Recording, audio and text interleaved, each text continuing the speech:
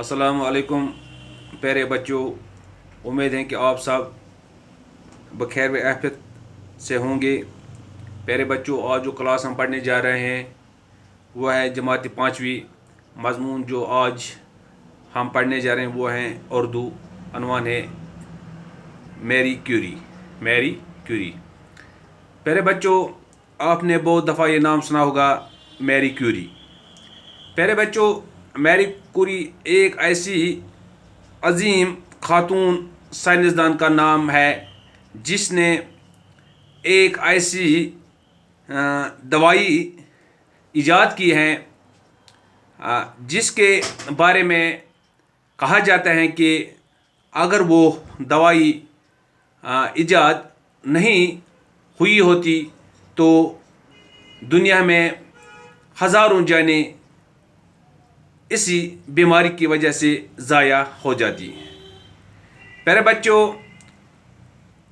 हमें पता है कि साइंसदान अपनी मोहब्बत से, अपने लगन से, अपने अनथक मेहनत से आए दिन नई नई चीज़ें दरियाफ्त करते रहते हैं और उनकी वो दरियाफ्त करदा चीज़ों से जो बनी नवा इंसान जो है उनको तरह तरह से आराम, आसाइश, फ़ायदे पूछते हैं।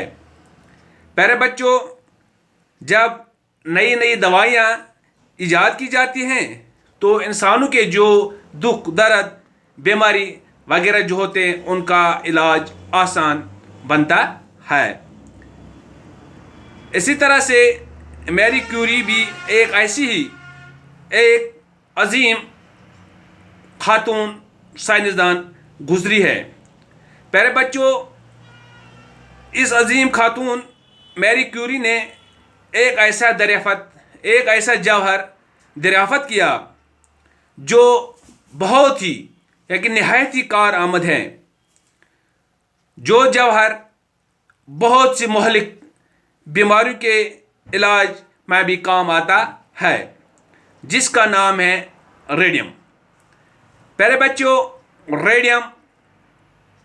रेडियम जो है ये एक ऐसी धात है जो सब धातुओं में कीमती भी है और बहुत ख़तरनाक भी है। प्यारे बच्चों, इस रेडियम से जो शाएँ उठती है प्यारे बच्चों वह भी बहुत ही ख़तरनाक हैं। लेकिन साइंसदानों का मानना है कि रेडियम से जो शाएँ उठती हैं वह भी बहुत मोहलिक हैं, लेकिन उस रेडियम से पोलोनियम जो बनाया गया वो बहुत ही मुफीद है इंसानी जानों के बचाने के लिए, इंसानों के बीमारियों के इलाज के लिए। ख़ासकर इस रेडियम से जो सरतान, कैंसर वगैरह जो होता है उसका इलाज किया जाता है। प्यारे बच्चों, मैरी क्यूरी 7 नवंबर 1867 ईस्वी को पोलैंड के एक शहर जिसका नाम वारसा है उसी में पैदा हुई और उसका जो बाप था वो एक स्कूल में हिसाब का एक उस्ताद और फिजिक्स पढ़ाता था।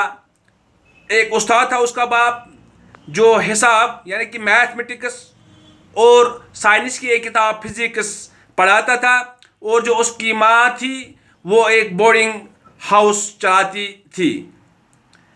मैरी क्यूरी को बचपन से ही पढ़ने लिखने का बहुत शौक था। वो अपने बाप से बार बार पूछा करती थी तबीयत के बारे में, यानी कि अलमी तबीयत के बारे में। प्यारे बच्चों, अलमी तबीयत वो इल्म होता है जिसे कुदरती चीज़ों की हकीकत मालूम की जाती है, उन्हीं को तबीयत कहते हैं।